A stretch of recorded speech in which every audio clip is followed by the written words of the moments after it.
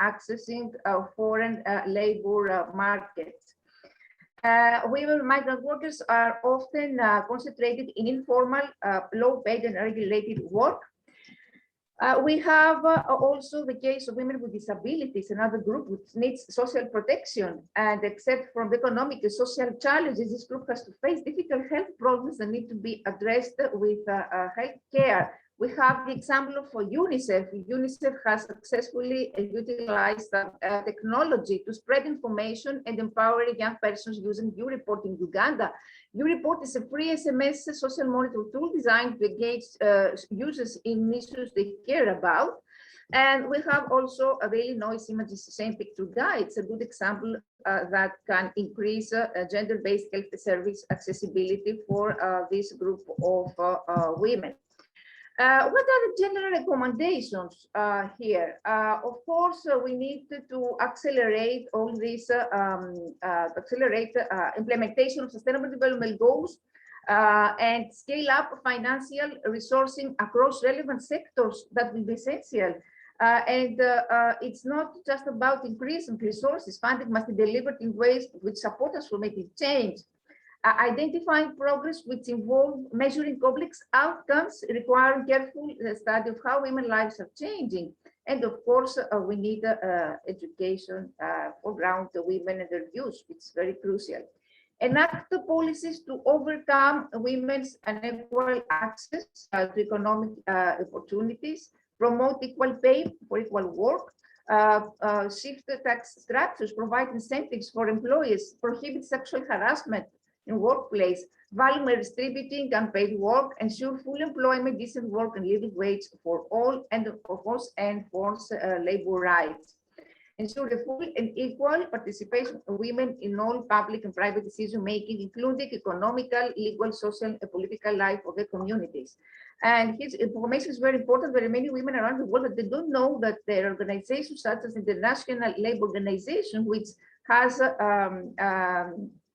ensued many recommendations and measures for women.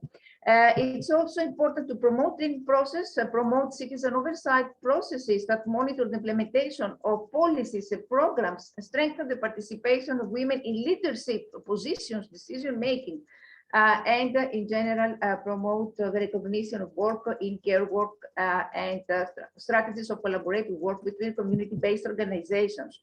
Design campaigns and education materials that promote education against reflection on gender stereotypes and all this chauvinist communication. During the COVID pandemic, we have seen how 1 in 4 women, for instance, in America, were forced to downshift their careers or leave the workforce completely. Black women also face many challenges during the COVID pandemic, less likely to have opportunities than other women. And here we can see the statistics. And what are the main recommendations for companies during the COVID pandemic? Make work more sustainable. Companies must adjust their goals to the new normal. They can find creative ways to give employees extra time off, for instance. And reset the norms around flexibility. Companies should set new work norms to encourage employees to set their own boundaries, take full advantage of flexible work options, because remote work will open up opportunities for existing employees, particularly mothers, caregivers. Take a close look at performance reviews. Managers can relieve employees' stress and refocus on key priorities by reassessing performance criteria set before the pandemic to make sure that these criteria are still attainable. Take steps to minimize gender bias and try to mitigate this bias that companies need to make sure that employees are aware of them. So leaders and employees should speak publicly about the impact of COVID on them. Adjust policies and programs to better support employees. Many companies have extended policies and programs to support employees, and from offering more paid time off to providing resources for homeschooling and strengthen employee communication. A very interesting topic that you need to research is how climate change, how women are very hit from climate change in comparison to men. Why? Because they face a heavier burden of domestic work as a result of resource shortages. Because women, they are made to walk longer distances to fetch these resources, and they have increased workload. What I'm trying to do is I'm working a lot on women empowerment rights. So my latest program is called Gender-Based Violence, Why This is a Much Better Option. It's a program which is inspired by high rates of gender-based violence in Nigeria. And it's the original because it combines STEM education with gender-based violence awareness. It's based on 5 Sustainable Development Goals, and it has started to be implemented in Nigeria with great success.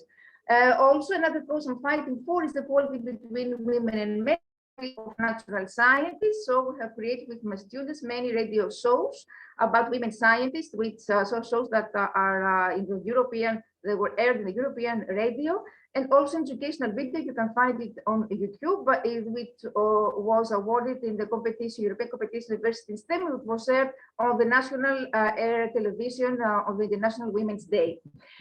So thank you very much for your attention, and if you have any question, I am at your disposal.